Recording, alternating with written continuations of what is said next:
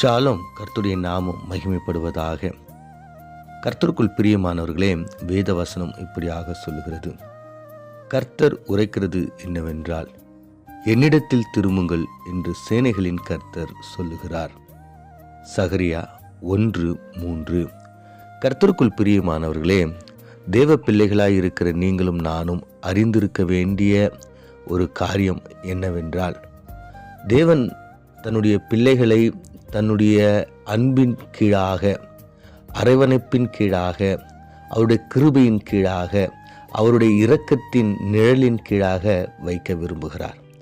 அநேக நேரங்களில் தேவ பிள்ளைகளாயிருக்கிற நீங்களும் நானும் தேவனுடைய சத்தத்திற்கு செவி கொடுக்காமல், தேவனுடைய சித்தத்தை நாம் கேளாமல், தேவனுடைய வார்த்தைக்கு நாம் செவி கொடுக்காமல், அவரை விட்டு, அவருடைய சித்தத்தை விட்டு, அவருடைய சமூகத்தை விட்டு, அவருடைய அரவணைப்பை விட்டு, அவருடைய இரக்கத்தை விட்டு, அவருடைய கிருபையை விட்டு நாம் தூரம் போய்விடுகிறோம். பாவம் என்கிற இந்த பெரிய பொல்லாத ஒரு ஆயுதத்தை சாத்தான் தன்னுடைய தேவனுடைய பிள்ளைகளுக்கு விதைத்து, தேவனுக்கும் தேவனுடைய பிள்ளைகளுக்கும் இருக்கின்ற அந்த உறவை அவன் எடுத்து போடுகிறான்.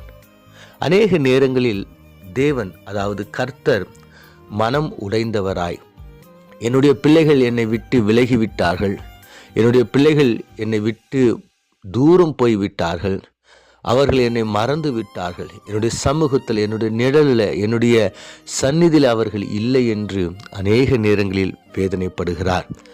பழைய ஏற்பாட்டில் நாம் பார்க்கும்போது தேவன் தன்னுடைய பிள்ளைகளை மீண்டும் மீண்டும் மீண்டும் எடுத்து அரவணைத்து அவர்களை மீண்டும் கட்டுகிறவராய், சேர்க்கிறவராய் இருக்கிறார்.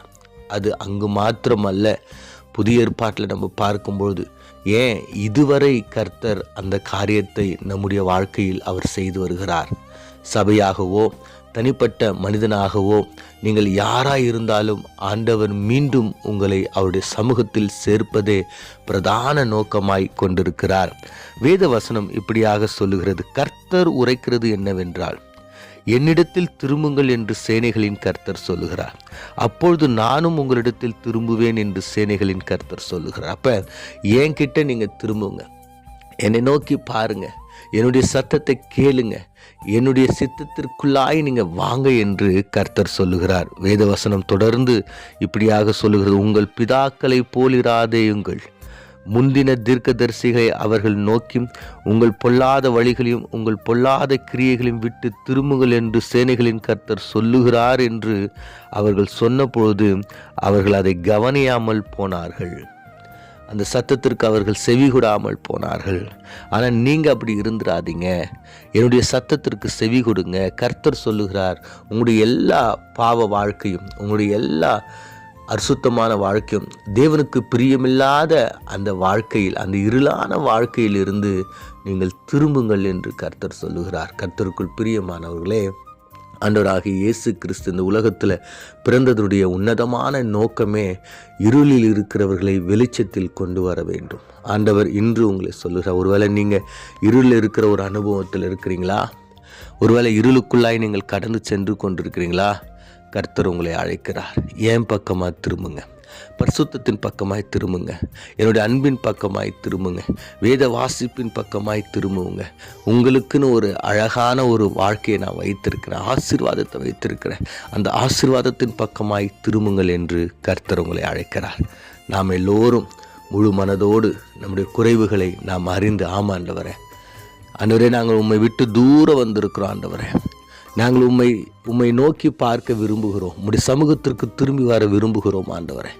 அந்த இளைய குமாரன் எப்படியாக ஆண்டவரே சென்று மீண்டும் திருந்தி வர உதவி செஞ்சீங்களோ, அதே போல் எங்களுக்கும் உதவி செய்யுங்க அப்பான்னு சொல்லிட்டு நம் கண்களை மூடி நாம் ஜெபிப்போம்.